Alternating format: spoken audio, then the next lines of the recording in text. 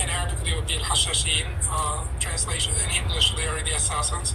That's where the word assassination came from, because they used to target and assassinate major Sunni figures, and many Sunni figures, including the sultans and so on, were killed by them.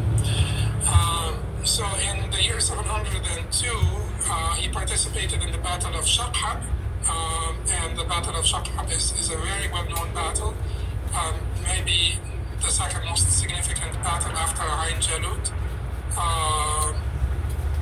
And they won during this, they won against the Mongol invaders in the Battle of Shaqhab. And when he fought, he did not fight as a footman. He fought as a horseman. And he, they talk about his bravery and courage in the battlefield and so on. But that's a different discussion. 705, he was imprisoned in the citadel of Cairo for 18 months for anthropomorphism as well, and for speaking against some Sufi monists of his, contemporary in a sense, but they were not alive in his time.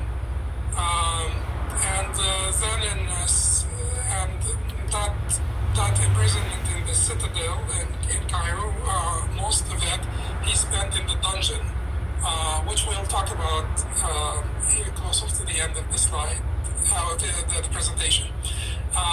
707, he was imprisoned twice at the behest of some influential Sufis for, again, criticizing some Sufi monists.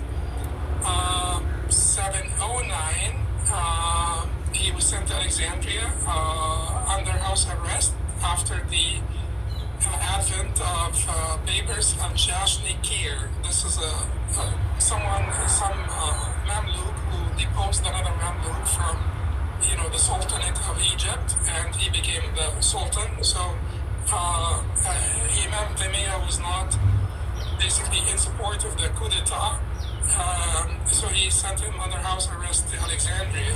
When the original Sultan, which is Nasir Muhammad ibn Qarawun, came back, he brought Ibn Taymiyya back, and certainly he basically was, and not only because Ibn Taymiyya rejected the coup d'etat, but even before that, Sultan Nasir Muhammad ibn Qarawun had always respected Ibn Taymiyya a great deal and loved him a great deal, despite the fact that he imprisoned him several times. But he imprisoned him basically to avoid unrest. Right, so it's a political decision rather than a personal grudge or anything like that. Yeah. So he brought him back from Alexandria in a ceremony, in a great ceremony, and then he consulted him in basically executing the judges that not only imprisoned Imam Taymiyya before, but also sided with his enemy, Babers al-Jashnikir. So at that time, Imam Taymiyya, he said that these judges are great scholars. They are the best of your ra'iyya, or your people, and if you get rid of them, you will never be able to replace them. And so he showed a great deal of graciousness here. And then 7 went with the Sultan to basically on a campaign to recover Damascus. He was still in Cairo.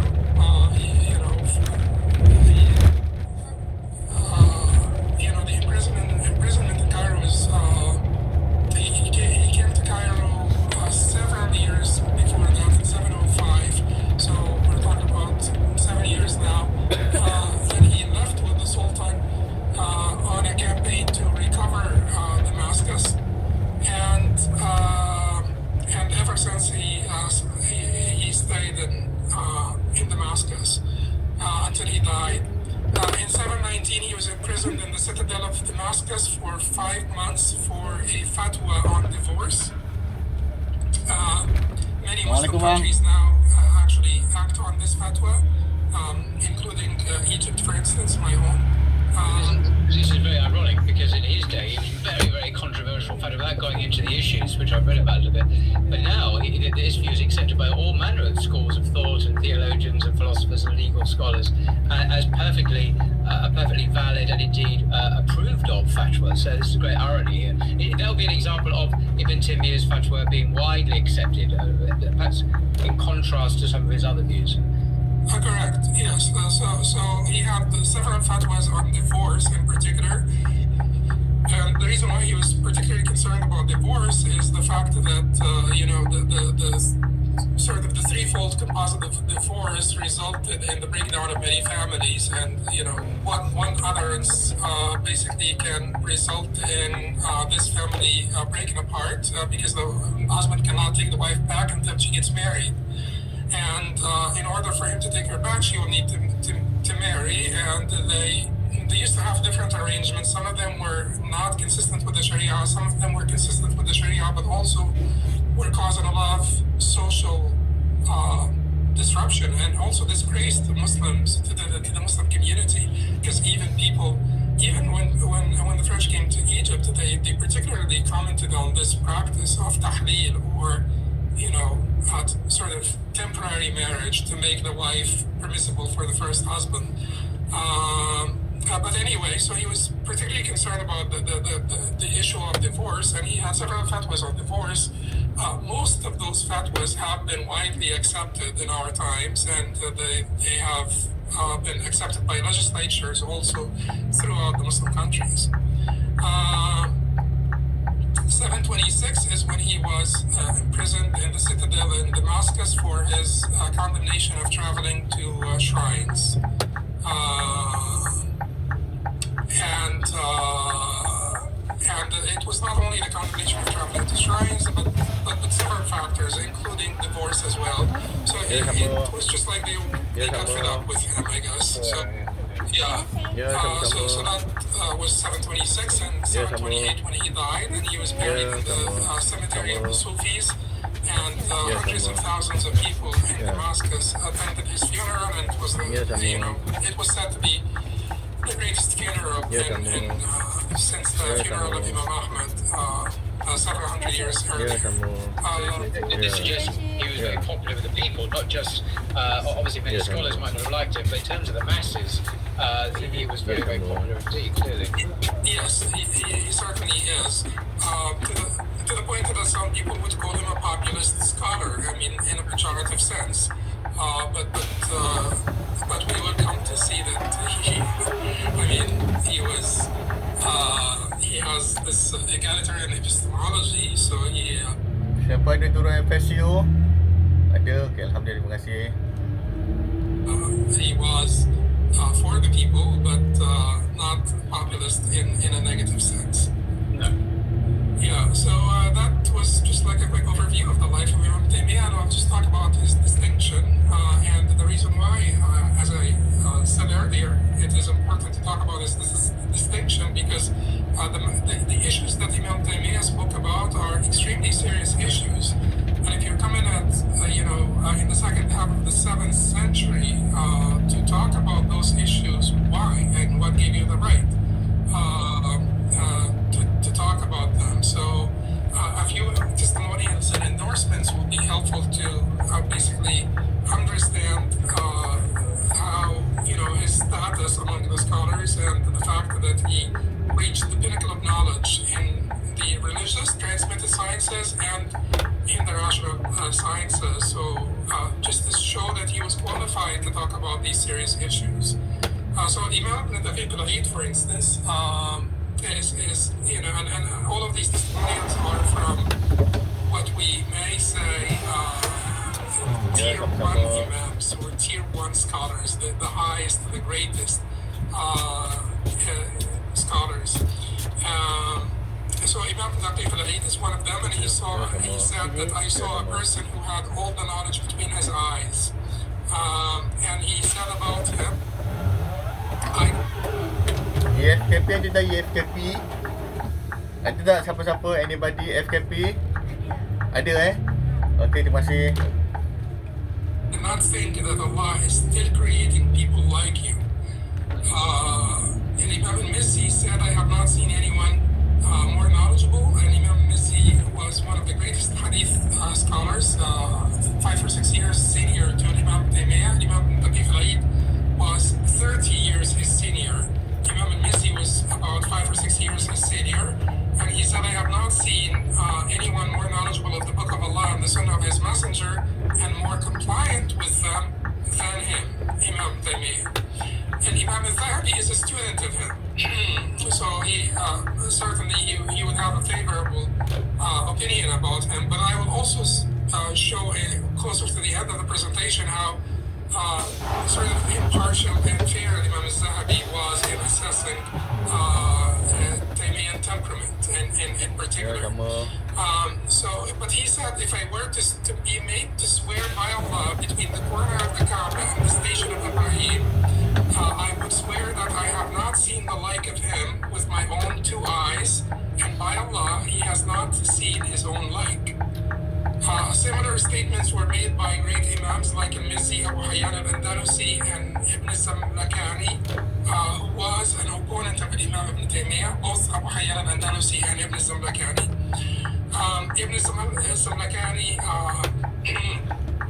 added to this that the like of him has not been seen for 400 or 500 years. And he went on to say that that's Ibn Samlakani still, that all prerequisites of ijtihad were fulfilled in him. The jurists of all schools would benefit from him if about their own schools. They would learn from him about their own schools. Imam Ibn Hajar al-Asqalani, who did not see Imam Taymiyah, he came later. He died in 852 after Hijrah. He said the fame and renown of Shaykh Taqi-ud-Din as an Imam is clearer than the sun, and given him the title of Shaykh al-Islam in his era remains until our time upon the righteous tongues. And Imam al-Suyuti, and certainly I'm not going to read the whole thing, but Imam al-Suyuti said that Ibn Taymiyah, when he described him, and Imam al-Suyuti, keep in mind that we're mainly talking about Ash'ari scholars here. Wow, really? So these are not his allies. These are his opponents. Yes, so people like Ibn Samlakani, people like Ibn Hajar, people like Suyuti, these are Ash'ari scholars. Of course, Al-Zahabi was not an Ash'ari scholar, but the rest of them are Ash'ari scholars.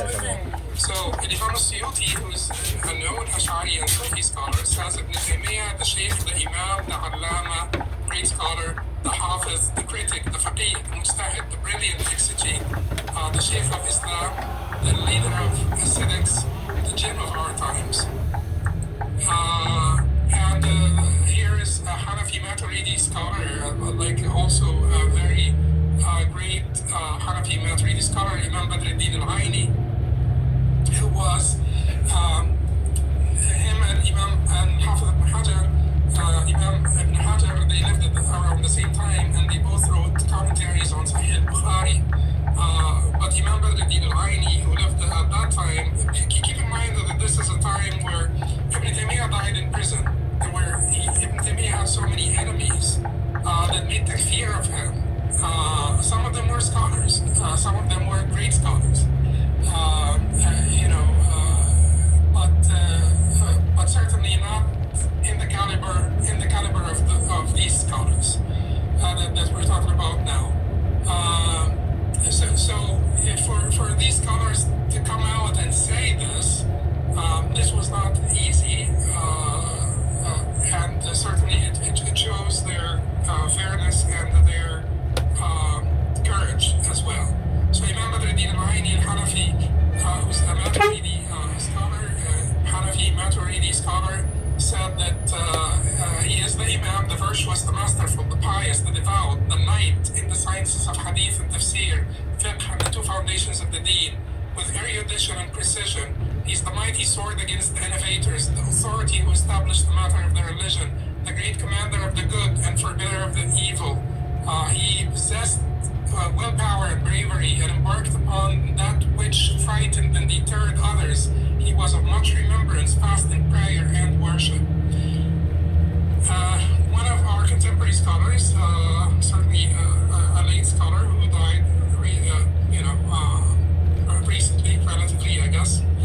scholar anyway. Al-Allama Abu Hassan al-Nadwi from India.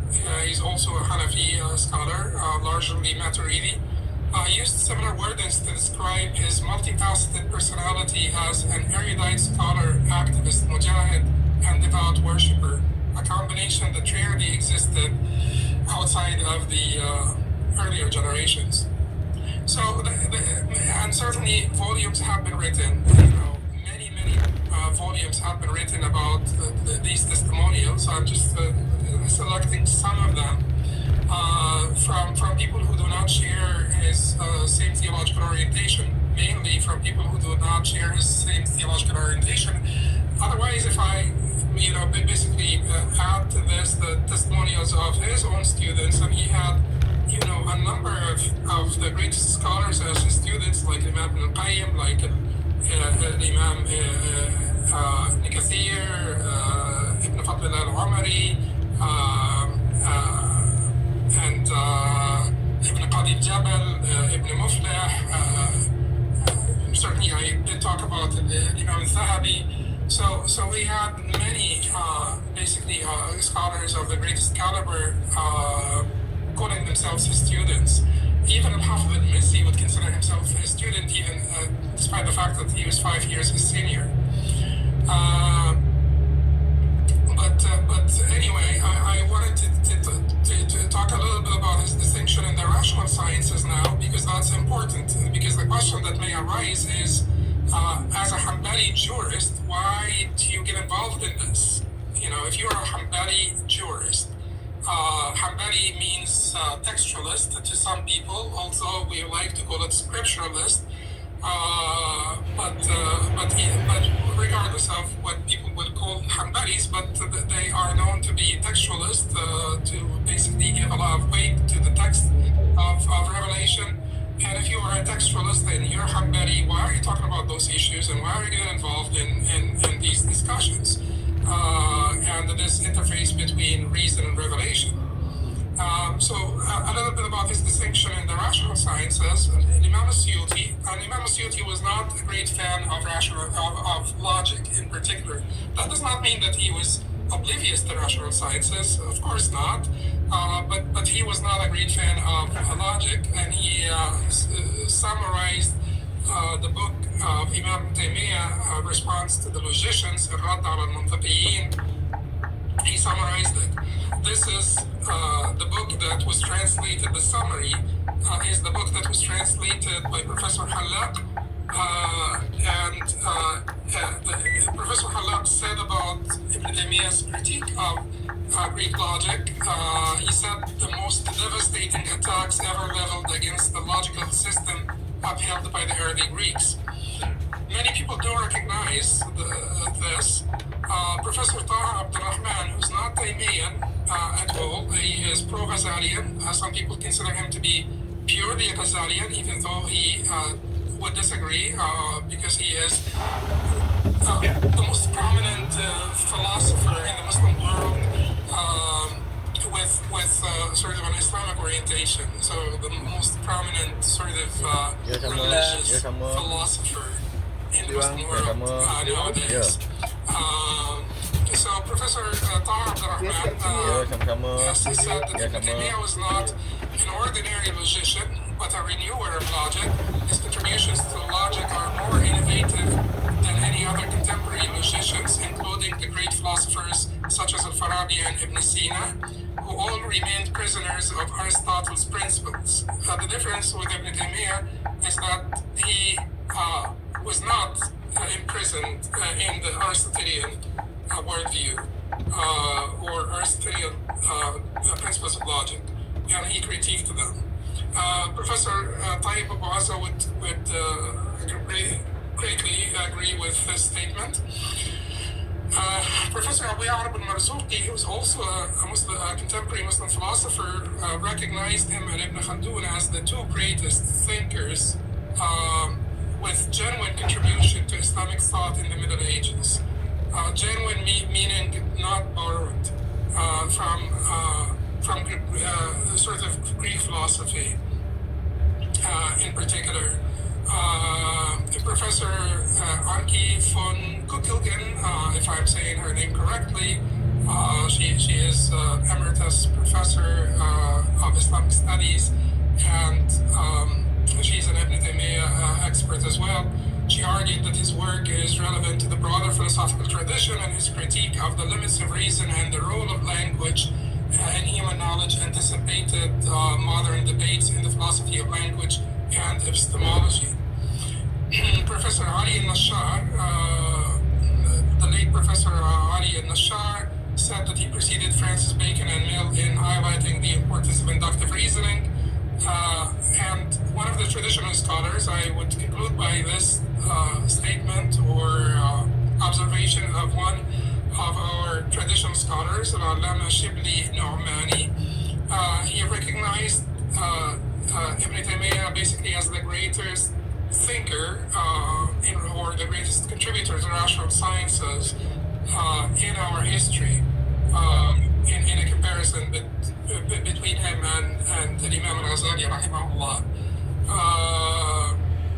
Anyway, that shows that Ibn Taymiyyah was not basically involving himself in matters that are beyond his reach. At least we can say that. Now I will talk about Islamic beliefs. Certainly the focus in Islamic beliefs is on the unity of God. But we'll discuss like a sort of a bird's eye view of the 6 pillars of faith and how we can basically converge them into 3 or even 2. And we'll talk about the divine attributes and qadr, because these are the 2 issues that are somewhat controversial, or the discussions about them are a source of controversy. So every, most Muslims, or maybe every Muslim, would know that the 6 pillars of faith are to believe in Allah, the angels, the books, the messengers, the last day, and predestination. So the green here would be, converging the 6 pillars into 3 pillars. I would use the green to say that the 3 pillars would be God, the last day, and prophethood. So where did we come from? Where are we going? And how do we get there? Basically. So the angels, the books, the messengers.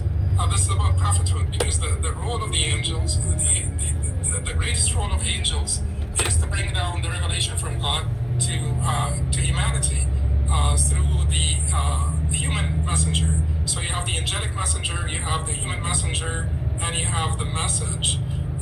So all of this is about prophethood, the establishment of prophethood, and the last day, and predestination, and so God and predestination. Predestination is derives itself from the concept of God's qudra, or omnipotence and omniscience. So if he is omniscient and omnipotent, then everything is predestined by him. He's in control of all things, and that's the concept of predestination. So you could converge predestination if you want to condense the 6 into 3. You could basically consider predestination to be a subtitle of the belief in God, and then we will have 3 for simplification. Just this is a classification. We're not denying that the pillars of faith in Islam are 6 pillars. We're not saying that they are 3 and they are not 6. We're just trying to simplify things into broader concepts. So there is not much controversy. There are controversies regarding the other pillars of faith, but the controversy there is not that great, and there are not that many controversies regarding the last day, regarding prophethood. Most of the controversy is about God, and certainly, the greatness of God would make this expected. So divine attributes and predestination, these are the 2 topics that Muslims disagreed about perfectly, a great deal. Since our main discussion would be about divine attributes, let's first address the issue of predestination, and then we will focus on the divine attributes and the Taimiyah project concerning the divine attributes and the language of the revelation. How do we basically preserve our sense of the accuracy of the language of the revelation, the precision, comprehensibility of the language of revelation. So, qadar, predestination. So the discussion here is about the balance between human responsibility and God's omnipotence. And this is basically, from our perspective as human beings, because we have limited knowledge, this would be a dilemma. From our human perspective. And this was not a dilemma for Muslims only, this was a dilemma for all people of religion, and it also has been a dilemma for philosophers from the beginning of philosophy. So scholars have different ways of reconciling these two propositions. How could God be omnipotent and omniscient, and we can have at the same time free will, and thus be accountable. So Imam Taimiyah, in this discussion, in the discussion of the divine attributes, we will show that Imam Taimiyah was much closer to the earlier Ash'aris, and we have to stress the earlier part. So he's closer to the earlier Ash'aris than the Maturidi's, but in the discussion of Qadar, he was closer to the Maturidi's than the Ash'aris. And according to Encyclopedia Britannica, and I retrieved this in 2009, I think it may be still there. According to Encyclopedia Britannica, he sought, Taimiyah, rahimahullah, sought to rehabilitate human freedom and responsibility. So we will see how he tried to do that. So one of the first discussions that pertain to the concept of qadar and pertain to the concept of divine decree, and divine decree and divine command is basically two parts. There is prescriptive and there is creative. We don't disagree that we have to submit to the prescriptive, which is basically God commanding us to pray and to fast and so on. But divine decrees that are creative, God causing health and sickness and the famines and earthquakes and all of these things, that this is a creative divine decree, which we call qadar kawni. Qadar shar'i would be the prescriptive, qadar kawni would be the creative. And how do we deal with the creative divine decree? That's the issue. So pertinent to this discussion is the discussion on divine actions, and whether actions have intrinsic value or they don't have intrinsic value. So most of the Ash'aris versus the Maturidis believe that actions have no intrinsic value, and they were driven by concern for, they privileged divine will, divine will, over anything else, and they felt that we just need to submit, and they wanted to drive this in, and that's not a bad motivation, but this made them propose that actions have no intrinsic value and may only acquire one through divine command and prohibition. So Ibn Taimiyah, rahimahullah, argued that acts do have intrinsic value, that makes them hasan or qabih, beautiful or ugly. So the concept of tahsin and taqbih. Can you describe